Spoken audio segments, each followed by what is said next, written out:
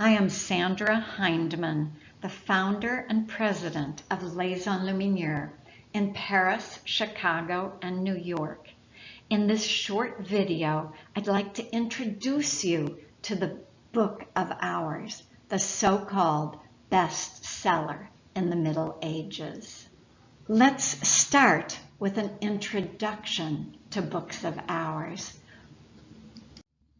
What is a book of hours and who owned them?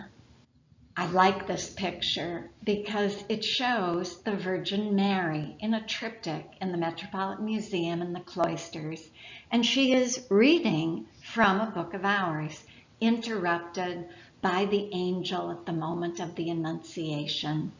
This shows, in a way, the core of the book of hours, dedicated to or devoted to the Virgin Mary. In fact, in the Hours of Mary of Burgundy, another iconic image from the Middle Ages, from a book of hours, Mary is shown reading from her book of hours while she contemplates the Virgin and the child in a church behind her, as though the church were an image that is in her mind. I like this book of hours too because it shows the sort of deluxe quality of the book of hours, arranged on a ledge with Mary's jewelry. It reminds me of this poem by a medieval poet, Eustache Deschamps. A book of hours too must be mine, where subtle workmanship will shine, of gold and azure, rich and smart, arranged and painted with great art, covered with fine brocade of gold, and there must be, so as to hold the pages closed, 2 golden clasps. In Mary's Book of Hours, another illumination, this one of the deposition from the cross, also shows a ledge, again emphasizing the preciousness of the Book of Hours, of Mary's Book of Hours. Here, a brocade pillow with jewels on top of it, a small chest with precious objects, including a ring in it, accompany Mary's Book of Hours in its chemise binding on the right. Another famous book of hours, this one not owned by a woman, but by a man, is the Treasurer of the Duke of Berry. And here he is in the calendar page, proudly sitting behind his feast table, his precious objects of gold and silver arranged on the table. His dogs are at the feast as well. A tapestry is in the background. So books of hours owned by wealthy people. Mary of Burgundy, a duchess, married to Maximilian, a Holy Roman Emperor, and the Duke of Berry. But not all books of hours were owned by extremely wealthy people. I especially like this example called the Spicer Hours. It was owned by William Spicer, a spice merchant in London in the 15th century. Just an everyday, ordinary person.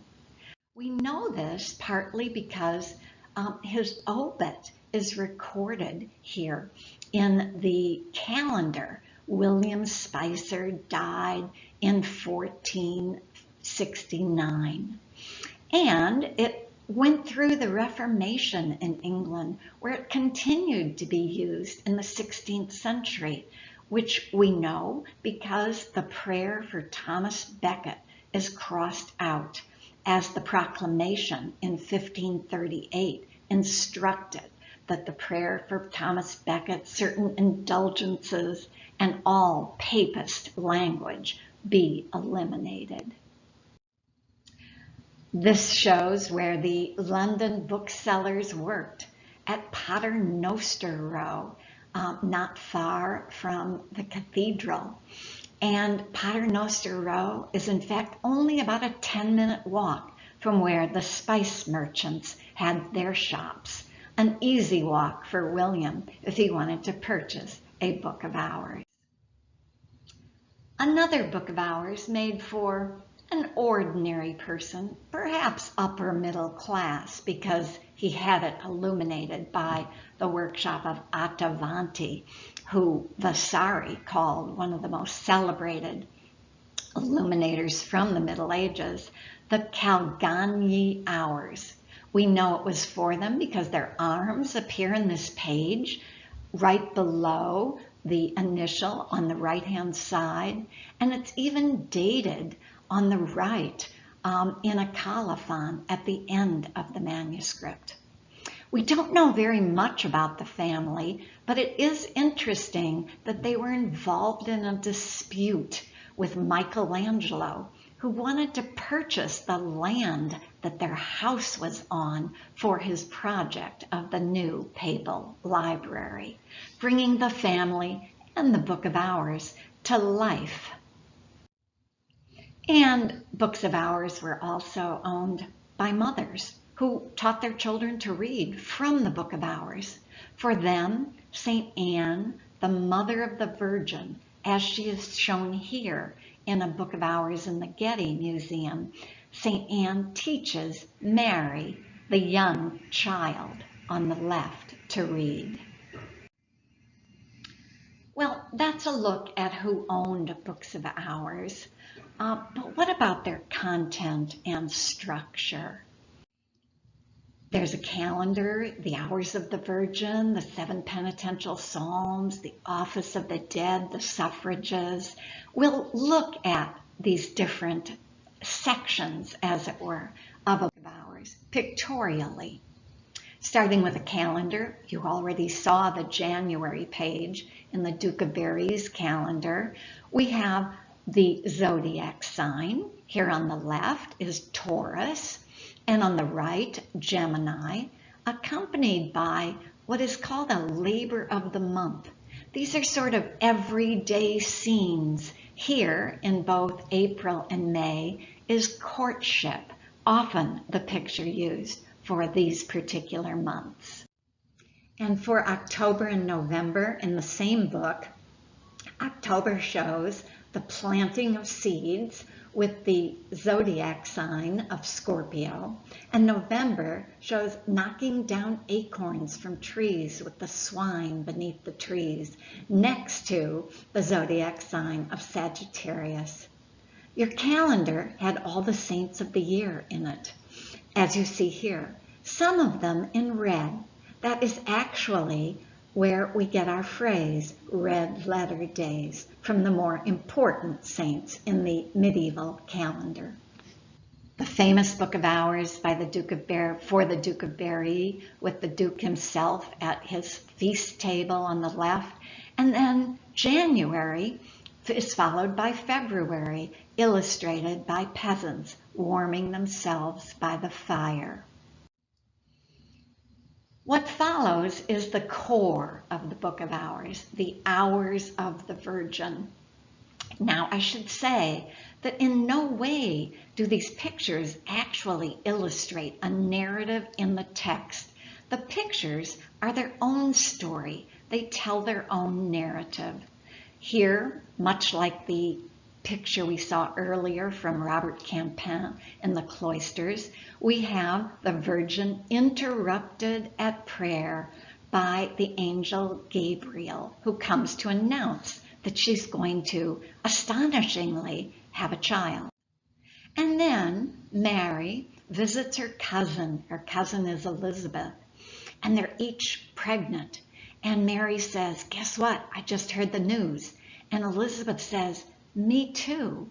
And so they talk to each other about their forthcoming children. The infant Jesus, and Elizabeth is the mother of John the Baptist. The story continues. The birth is going to happen, and the shepherds are in their fields tending their sheep when an angel announces to them about the birth. Then, in a Book of Hours, an extraordinary book we'll look at a little later, for the King of France, the birth actually takes place. And Joseph, the older husband of Mary, is behind as the ox and the ass look on in the stable. These are everyday scenes, even if they are figures, religious figures from the past. The kings come, they bear gifts, they greet Mary and the child in another book of hours, a book of hours from Bruges.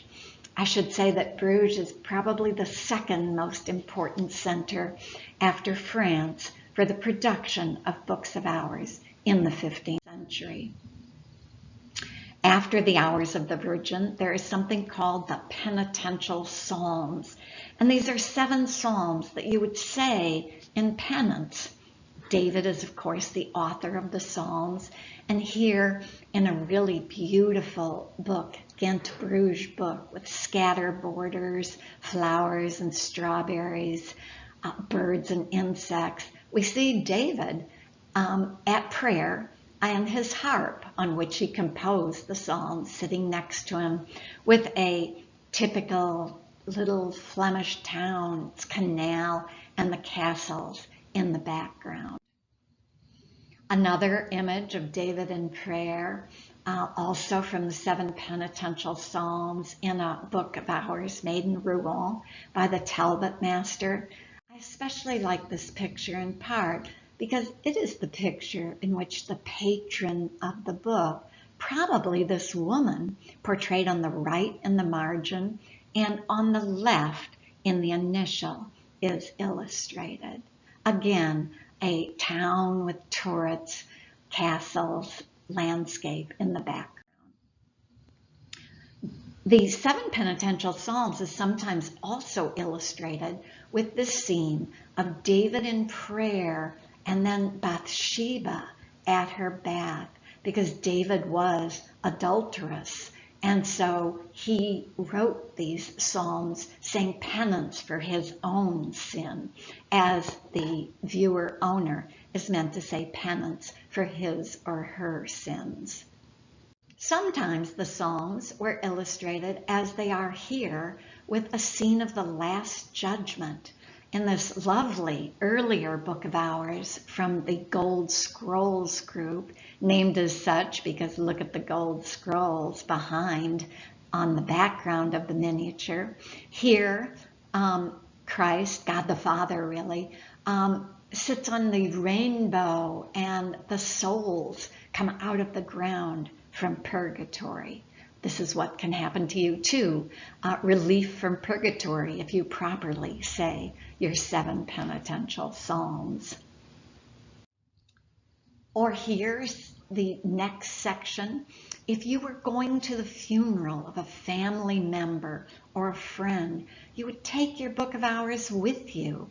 And this book of hours, again by the Talbot master, which we saw earlier, shows figures at a funeral, mourners on the right, covered with their black hooded robes, and the deacons singing from a book that's on the pulpit, the cadaver in the center.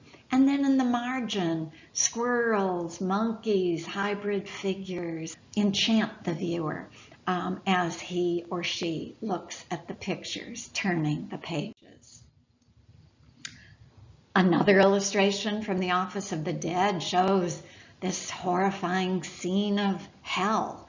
The snakes, the serpents wrapped around the legs of a sinner who has found his way not into purgatory, but into the very fires of hell itself. But this little cat-like creature and serpent-like creatures and snail still delight the viewer in other ways than the fires of hell in the margins of a book of hours, the same one that illustrated the calendar of April and May you saw earlier. Books of hours also contained prayers to special saints. They could be highly personalized, such as in the small hours of King Charles VIII we looked at earlier. He had royal saints, excellent models for a king of France, For example, here we see St. Louis and St. Charlemagne with the prayers that accompany them. Up to this point, we have examined mostly narrative images, but books of hours could also contain very iconic images, such as this for the Mass of the Virgin Mary. It shows the Virgin with the Child on a crescent moon, two angels hovering over her, crowning her. And it's by, perhaps, the master of Edward IV, but certainly after and closely related to a painting by Gerard David, the panel painter and also illuminator active in Bruges around 1500. Let's look at bindings. First, it should be said that very few books of hours retain their original bindings. Treasured possessions passed down from generation to generation, often each generation put its personal mark on the book of hours by rebinding it. One type of binding rarely survives. We saw it briefly in the Hours of Mary of Burgundy before, the chemise binding.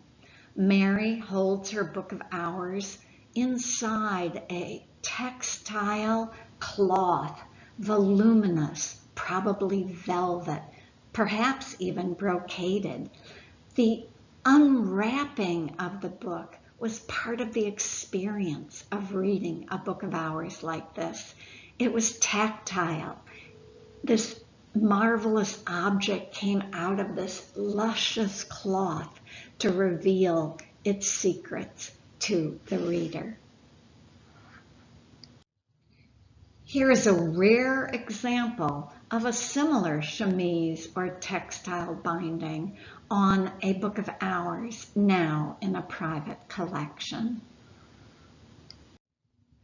A more sturdy type of binding survives in, not surprisingly, greater numbers. This is a leather binding with blind stamping on a book of hours painted by someone in the circle of Jacques Pillevain, that is in Belgium, in Hainaut, about the middle of the century.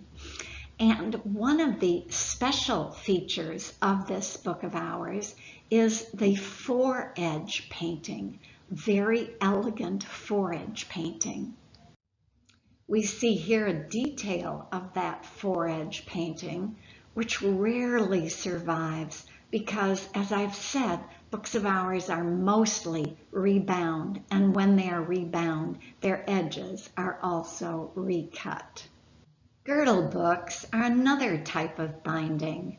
They hung from the waist or girdle or belt, as we see them in panel paintings of the period, such as the one you see on the right, and in this wonderful example now in the Newberry Library that you see on the left, a type of chemise binding when it opens.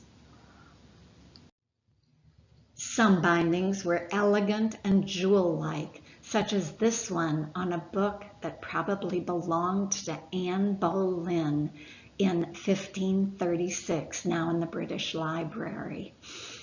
Miniature, diminutive books of hours were especially sought after by royalty, as we will see. And this is an exceptional survival, a unique example as far as I know. We see a leather blind stamped binding, such as the first example I showed, but on it are two clasps with miniatures painted on parchment and covered with crystal. I know of no other example except the Brown Hours in Philadelphia. I thought we might look at a few unconventional and noteworthy books of hours that rarely occur on the market, but that are quite special for one reason or another. We have seen already this book of hours from the hours of Charles VIII. Here is the beginning of the hours of the Virgin with the R crowned for King on the right, all around the margin, indicating the royalty of the book. We can be certain it is for the King because indeed on the left in the lower margin we see his motto and Charles VIII written in Gothic script. And on the right there is the royal necklace. It's the collar or necklace of Saint Michael, the royal order. And you see Saint Michael, the jewel suspended from the necklace, and the fleur-de-lis of the kings of France in the armorial, enclosed in the necklace. I mentioned earlier that diminutive books were often especially sought after by royalty, their small, precious nature. And here, handheld, you can see that the Book of Hours of Charles VIII fits neatly in the palm of one's hand and could have gone in the pocket of the king when he addressed Parliament or went on his wars, his journeys to Italy. A model for royal books of hours is this manuscript, now in the cloisters of the Metropolitan Museum, painted by Jean Poussel and made for Jeanne d'Evreux, Queen of France, shown in the right-hand miniature, in the initial, praying from her Book of Hours. Similar in size to the Hours of Charles VIII, here you see the Hours of Jeanne d'Evreux held in the hand, its tiny scale, fitting for a royal queen. This is an astonishing example, unique as far as I know.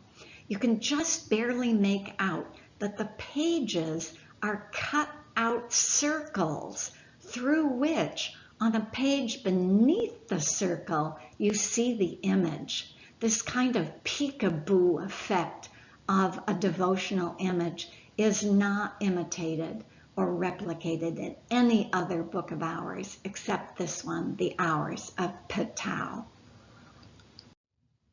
The technique of painting is also unusual in the Petau Hours, called cameo d'or. This liquid gold with touches of ochre red is painted on the garments of the figures by an extremely skilled artist, as this very enlarged detail shows. Almost as unusual as the Petau Hours is this black hours. There are only 7 examples of black hours known. What happened is that the pages are dipped in a black dye that is actually relatively unstable and can result in flaking up the pigment. And then the script is written in gold and silver on the black with these semi-grisaille, limited palette paintings over them. They're really quite striking. And this one is in the Morgan Library. Sometimes it's been thought that they were bereavement gifts, the black itself a symbol of mourning of either the recipient or the giver. Also unique is this round Book of Hours called the Codex Rotundus in Hildesheim. The miniatures are painted in circles, the text is written in a circle, and as if that was not the only unusual part, the clasps have Gothic letters carved out of the gold, as you see here on the left. We know that heart-shaped books of hours existed from this painting by the master of the view of San Gudul, Netherlandish painting, where a man is standing holding his heart-shaped Book of Hours. And here is an extremely rare surviving example of a heart-shaped Book of Hours in Paris in the Bibliothèque Nationale de France. The Neo-Gothic era of the 19th century returned to the Book of Hours. Here in this woven Book of Hours, yes, it's woven on silk, gray and black silk. The page on the right takes the figure of a Book of Hours from the Walters Art Museum, from a manuscript, and the borders as well. And the painting on the left that inspired this woven image is from Fra Angelico. This is a rather unusual example. The city of Lyon, the founder of Jacquard Looms, entered this woven prayer book in the same World's Fair that Eiffel entered his Eiffel Tower. They both won prizes. Books of Hours continued well after Gutenberg, who printed the Gutenberg Bible around 1455. The street where the printers and the scribes before them lived and worked, the Rue de la Parcheminerie, or the Street of Parchments, is still existing in Paris. It exists on the left bank, just over the bridge, the Pont Saint-Michel, near the Cathedral of Notre Dame, and not far from Shakespeare and Company, still a bookstore in Paris today. Many printed Book of Hours imitate manuscript Books of Hours.